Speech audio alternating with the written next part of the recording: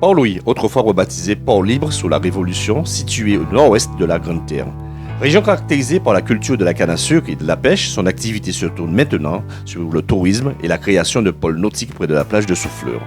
Dernière étape de ce Tour cadet 2017, entre Port-Louis et Port-Louis. 81 km en circuit pour déterminer le podium final. Meldrick Selmar partira en jaune, c'est le champion actuel de la Guadeloupe, talonné de près par Stanislas Thomas de l'USL, accrédité du même temps. Après un premier passage sur la ligne d'arrivée, les coureurs à la sortie de Port-Louis repartent pour un deuxième tour de circuit. Un petit groupe de 6 éléments, emmenés par 3 coureurs de la Team 94, prennent quelques mètres sur le peloton maillot jaune.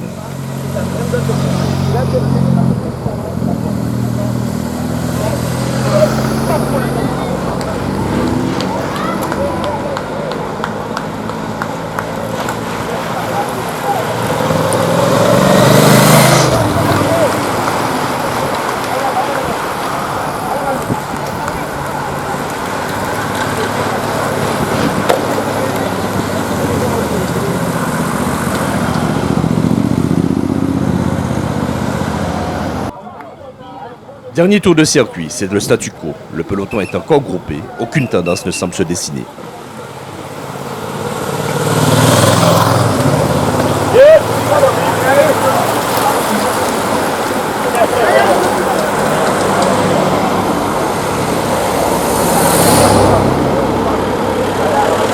Pour cette dernière étape, c'est un peloton groupé qui se présente pour une arrivée massive. Le sprint est remporté par Yanis Agricole. Meldrick Selmar, quant à lui, effectue le doublé, champion de la Guadeloupe, Tour cadet 2017. Restez sur le bas-côté, s'il vous plaît. Qui va remporter ce sprint? Nanou! Ah ouais, il a fait. Tania! Tania va lâcher Yannis. Tania lâche notre fils. Tania, c'est à nous aussi la fille. Mona, deux mots sur Tania m'a dit qu'on s'est raillé. Travail avec M. Gauthier, je le remercie beaucoup. C'est mon directeur sportif, il me donne beaucoup de conseils.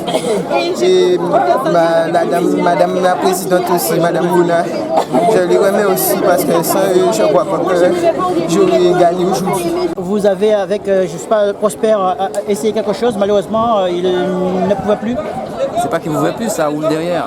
Un seul gars dans le vent, c'est pas évident pour lui. Il a déjà tout fait, il est parti. Ils ont lancé la course dès le départ. Ils étaient à 4 devant, il sort avec 2 gars qui sont au classement général, qui sont devant le maillot jaune. Ils ne participent pas dans l'échappée. Je trouve ça un peu minable. C'est pas possible de gagner une course comme ça. Le gars, il gagne son maillot sans forcer. Ça, c'est offert un maillot. Il y a plusieurs clubs dans un peloton. Le club, les mecs, ils restent là. On n'attaque pas le maillot jaune. Les 10 premiers, ils ne s'attaquent pas. Je comprends rien. Je comprends pas. Un club, il arrive, il fait la course. Tous les jours, ils font la course. Arrivé au bout, ils ne gagnent pas. Tant mieux, c'est pas grave. Mais ils ont fait la course. À la fin, bon, ils étaient un peu justes. C'est normal. Il fait chaud, ils ne sont pas habitués. Ils ont fait le maximum pour gagner, pour animer la course. Ils ont animé la course, on va se contenter de ça. Et après, voilà. On ne peut rien dire, mais je suis juste déçu. On vous sent déçu quand même. Je suis juste déçu de la façon qu'ils courent parce que c'est pas évident. Des jeunes comme ça, c'est des jeunes, on les forme pour pouvoir faire du vélo. Le vélo, c'est de l'attaque.